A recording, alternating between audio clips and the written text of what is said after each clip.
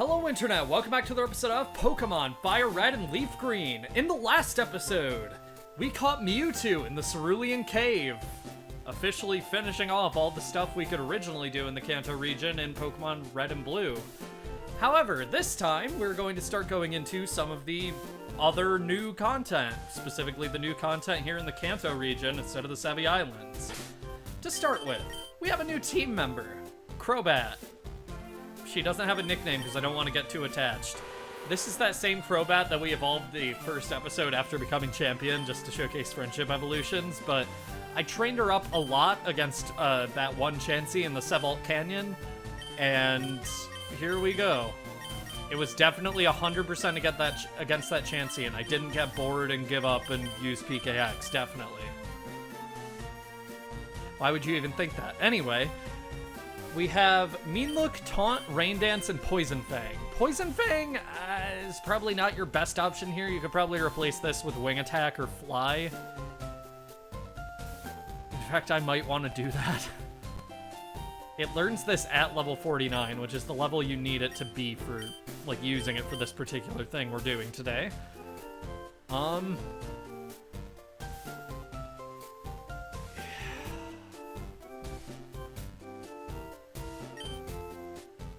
I'll stick with Poison Fang for a little bit. I don't want to have to go all the way to 2 Island to replace it, but probably go with Wing Attack. It's stronger and can't badly poison your target, so it works out a lot better. Anyway, this time, as I said in the last video, we are starting to track a roaming legendary, and the way these work sucks. We're going to start by going up to Route 2 and spraying a Super Repel.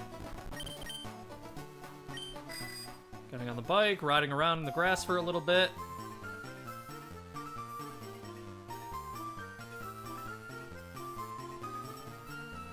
Nothing appears for a few steps, go into the gate. Head back out to Route 2. Rinse and repeat over and over again until you find something. Make sure you have a repel active for this. Okay, so I hunted that way for a while and didn't find anything. My second way of trying to hunt something is going to involve having a Pokemon with Fly. Since Crobat can learn this, I'm gonna just go ahead and teach it to her. Because I'd rather have that than a move that could potentially poison what I'm looking for. Alright, this time I'm going to start heading down to Route 1. And spraying a Repel, as usual. I'd say search for about 10 seconds. If you don't find anything, go ahead and fly away. And I mean fly away. As a note, Pallet Town is a lot closer to Tall Grass than Viridian City, so I guess search on Route 1 from the Pallet Town side. Decide to get a change of scenery. I'm now hunting above Vermilion City. This is where I've seen most people encounter this, but it seems weird to me that that's the case, because I don't think there's any specific area these Pokemon are, like, attracted to in the same way there is in, like, Heart Gold and Soul Silver. I know they're attached to different parts of the region, but don't think that's the case in this game.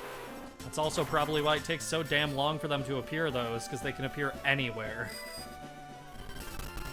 Okay.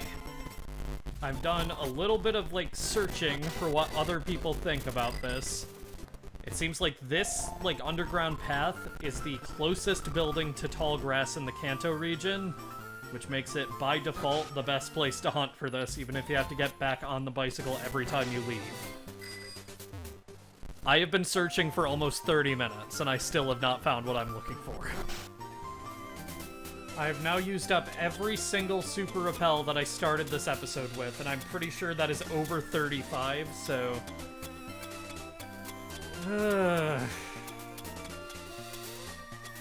Fun mechanic, Game Freak. I'm buying max repels this time. I'm not worried about cost effectiveness, I'm just worried about fucking having as many as steps with a repel as I can have. Oh! Okay. I didn't even enter the building this time. I just sprayed the first max repel and it appeared immediately. Wild Entei appeared! Finally!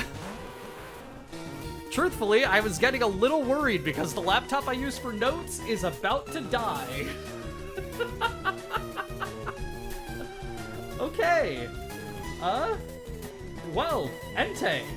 The legendary beast that appears will depend on your first partner Pokemon, with the one that's stronger against your starter being the one that appears. So Entei appeared since I chose Bulbasaur. If you chose Squirtle, you'll find Raikou. If you chose Charmander, you'll find Suicune. Let's go over Entei before I talk about some of the real bummers about this. Entei is underwhelming, to say the least. It's the first legendary Pokemon we're seeing that isn't in at least OU competitively, and for good reason. Entei is at its best using Calm Mind and Flamethrower with Substitute to back it up. Competitive players may also recommend a Grass-type Hidden Power, but trust me, that's not happening on this particular Entei. Other than this, Entei can use a Sunny Day set to allow its Calm Mind boosted Flamethrowers to be even stronger, and its Solar Beams that can also receive the boost of Fire without charging. Entei is also a decent user of Toxic. See, is this sounding familiar? Entei is Flareon, but somehow worse in a lot of ways, and that's not even getting into what I really want to talk about here. To start with, we are going to use a Mean Look on the first turn. Can't escape. Roaming Pokemon will always attempt to flee with a priority of 0 on the first turn. Then I want to use Taunt. Taunt lasts 2 turns in Generation 3, and as you can see, it was going for Roar.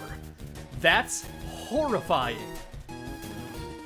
If any roaming Pokemon uses Roar or Whirlwind, the game will treat this as if that Pokemon faints. And a fainting roaming Pokemon will never respawn again. You'll either need to reset from your last save, or play through the entire game again to get another chance. This glitch is kind of a life ruiner, and yeah, your best course of action to get around this is to use the Master Ball, but I want to try for at least a little bit to catch it normally using Mean Look and Taunt. However, since Taunt lasts 2 turns, I will get 1 turn of using Fly. It will then use Roar as soon as I hit it. This is the best opportunity to use your Master Ball. I am not risking having to load my last save and go through the torture of finding this thing again. I have been recording for 45 minutes, regardless of what the length of the video right now says. I am using the Master Ball on Entei. 1, 2, 3! Thank God!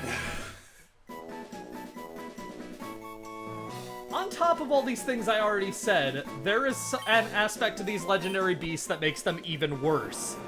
I will talk about that in a moment. We don't nickname these fuckers.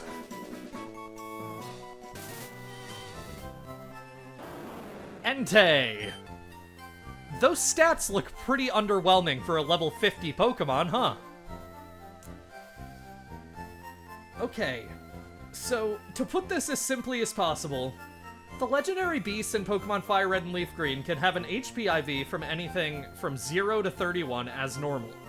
But their attack IV can only be a number from 0 to 7, and the remainder of their IVs will always be 0. This means all of these legendary beasts are stuck with worse than abysmal stats and a 30 to 31 base power fighting type hidden power. I'll link a video by Droomish that goes more into the technical reasoning for this in the description, so remind me if it's not there. I'm not qualified to go into all the details. Oh my god, after recording this, I'm gonna put this here, future me. Make sure you check this in PK Hex, because I want to know if we got one with all zeros. You have a 1 in 256 chance of getting one with all zeros in its IVs. Catching Entei is actually the last thing to do outside of a rematch with the Pokemon League, but let's quickly go over the other beasts you could have caught as well. If you chose Squirtle, Raikou is your legendary beast, and it's one of the better ones. To make up for its god-awful IVs, Raikou learns Calm Mind through TM or at level 81 and can use this to boost the power of its Thunderbolts and Crunches. Rest is also a great 4th move to allow it to heal up or substitute to give it a free turn of setup if you predict a switch from your opponent. You can also slap Body Slam on it if you want to fish for paralysis from all of its moves, but aside from that, there's really not much to say. Raikou has a devastating lack of variety when locked only to FireRed and LeafGreen, and its IVs definitely won't help. It's good enough. Keep it out of the way of ground types, and it'll do fine. Charmander fans, you got lucky! Suicune doesn't learn Roar and is the best of the Beast trio in this particular generation. Suicune's bulk, along with access to Calm Mind at level 81 and Surf and Ice Beam to effectively defeat most foes, Roar through TM to force foes to switch out, and Rest to restore its HP when weakened, makes Suicune a force to be reckoned with. Suicune is also an excellent user of Substitute and Toxic, using the combination to stall out foes and set up with Calm Mind to sweep with Surf. While yes, its EVs do still suck, Suicune at least has a lot of options open to it, and not many common checks outside of other water types and fast electric types. Know when to switch it out? It'll be pretty obvious why Suicune is considered the leader of the trio. If you want to know how you can catch one of these in Generation 3 without shit IVs, play Pokemon Coliseum. The admins of the evil team in that game all use a shadow version of the legendary beasts, and their IVs are generated normally. That's your best bet, unfortunately. I'm kind of glad I ended up catching Entei, just by complete coincidence. I know I've already talked about how much I love Spell of the Unknown as a movie, but I have a very real attachment to Entei because of growing up with that particular movie. I didn't pick Bulbasaur in Generation 1 playing 4D chess so I could catch Entei or anything, because, as you saw, not a fan of this being in this game in the way that it is, but hey, it's still a Pokemon that I really like.